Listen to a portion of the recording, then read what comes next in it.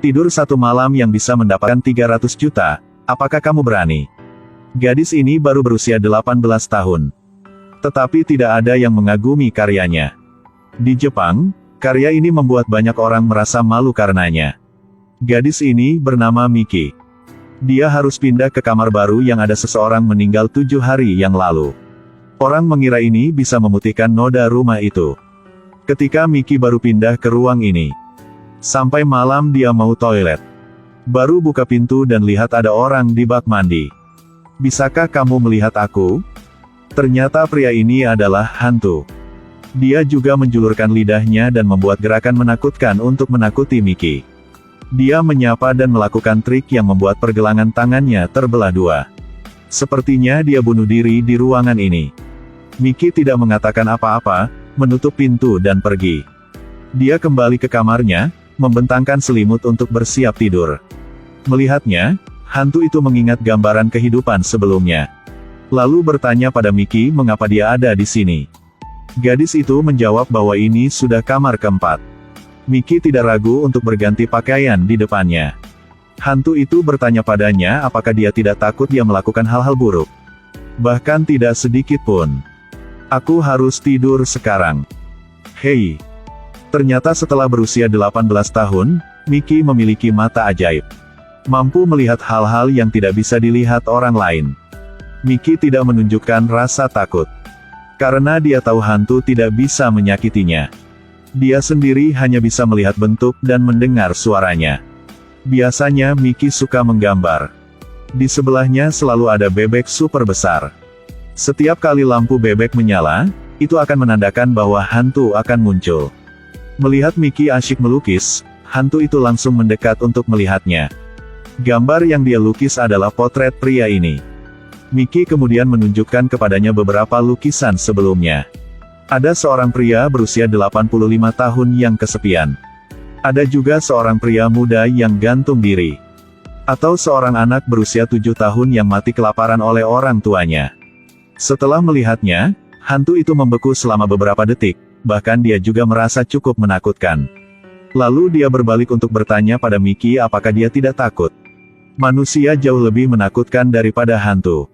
Mereka sering berbohong. Ternyata di hari ulang tahunnya yang ke-7, ibunya memberi Miki seekor bebek. Dan kemudian berkata bahwa dia harus keluar sebentar. Tetapi sejak itu, dia tidak pernah melihat ibunya lagi. Ketika Miki berusia 18 tahun, neneknya juga meninggal mendadak. Dia tidak punya teman, hanya hidup di dunianya sendiri setiap hari. Setelah neneknya meninggal, pamannya yang jahat membawa Miki pergi. Dan memaksanya bekerja sebagai pengusir hantu untuk mendapatkan uang. Hari itu, Miki tiba-tiba menemukan sebuah kaset di kamar. Hantu mengatakan itu lebih penting daripada hidupnya. Ternyata saat dia masih hidup, dia seorang seniman musik. Tetapi dia tidak pernah dikenali oleh siapapun. Karena dia sangat sedih dan bosan sehingga dia memutuskan untuk bunuh diri. Dalam kaset berisi karya-karya yang dia rasa paling puas. Dia memohon pada Miki untuk membantunya membawanya ke sebuah perusahaan musik. Miki pun dengan senang hati menyetujuinya. Kemudian dia memakai headphone, menikmati lagu-lagu di kaset itu.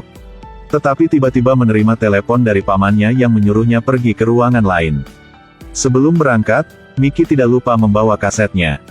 Pria ini sangat berterima kasih atas waktu yang dihabiskan bersama Miki.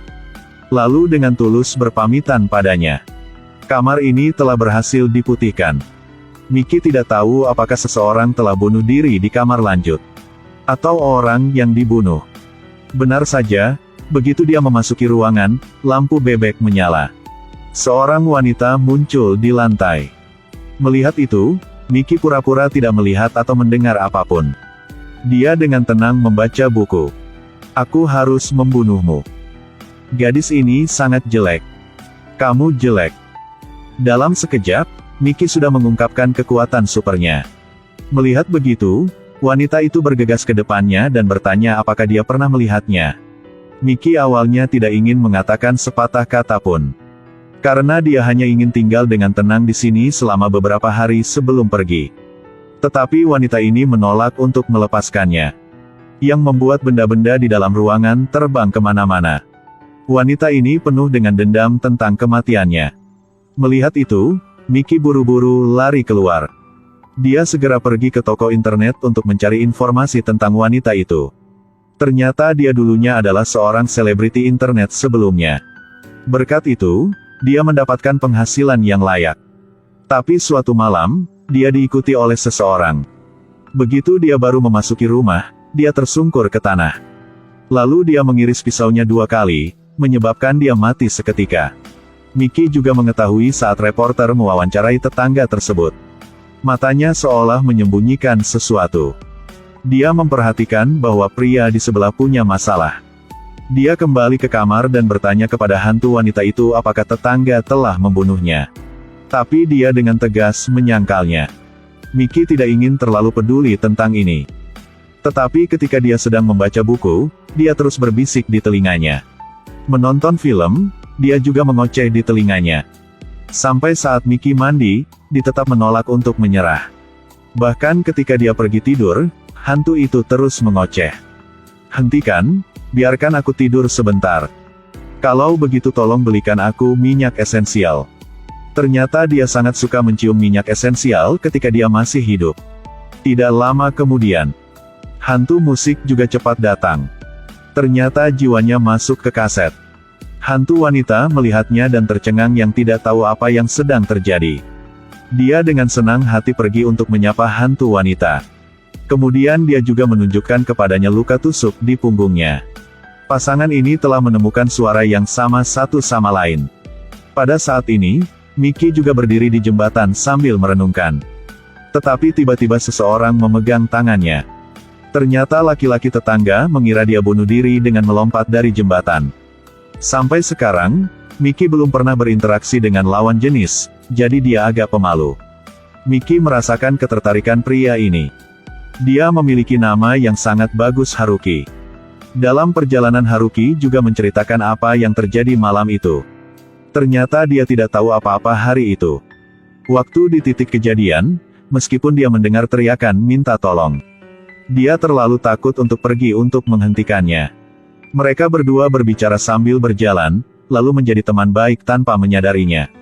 Keesokan harinya, hantu musik membangunkan Miki. Dia ingin membantu wanita hantu menemukan pelakunya. Untuk melepaskan dendam di hatinya, begitu dia bisa pergi. Namun Miki menolak.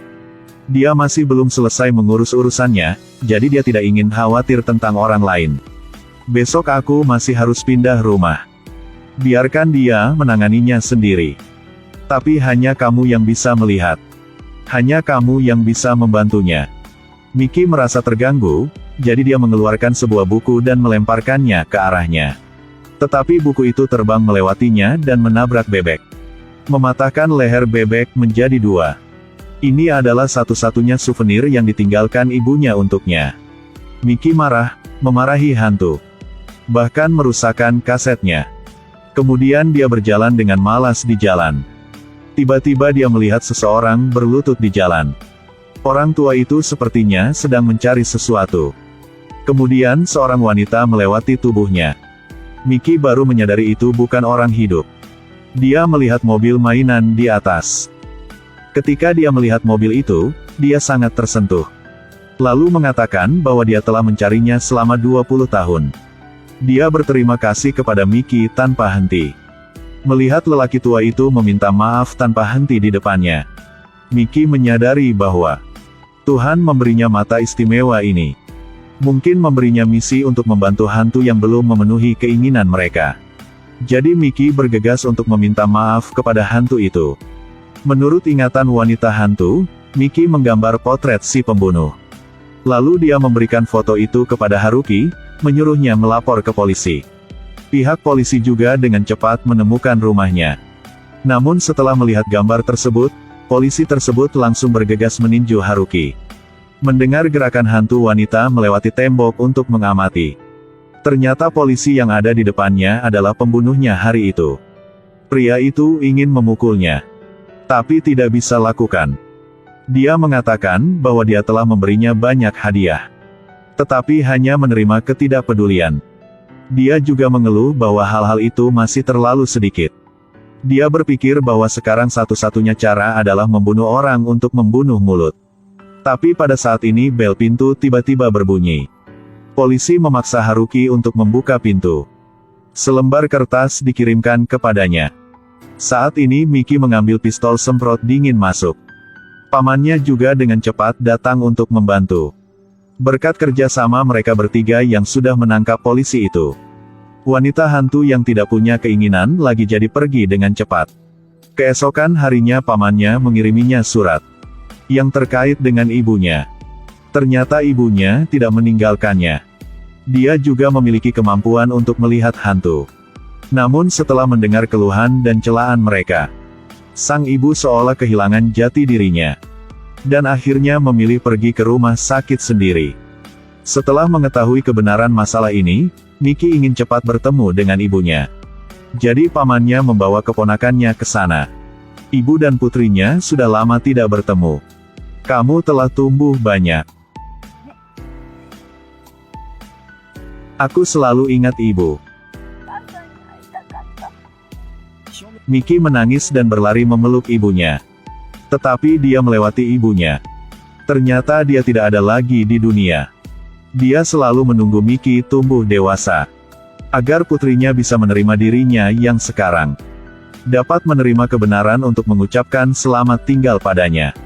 Putri aku, jangan menangis. Tolong tersenyumlah lebih banyak. Embusan angin bertiup melewati, membawa ibu pergi dari dunia ini. Kemudian Miki membawa kaset pria ini. Kirim ke sebuah perusahaan musik. Para ahli mengatakan bahwa lagu-lagu tersebut memiliki melodi yang sangat baru dan menarik. Setelah mendengarkannya, dia meneteskan air mata. Dia akhirnya memenuhi keinginannya dan bisa meninggalkan dunia. Miki juga pindah ke ruangan lain. Dia tidak lagi sendirian. Sekarang dengan Haruki di sampingnya. Film berakhir di sini. Terima kasih atas perhatian Anda. Sampai jumpa lagi.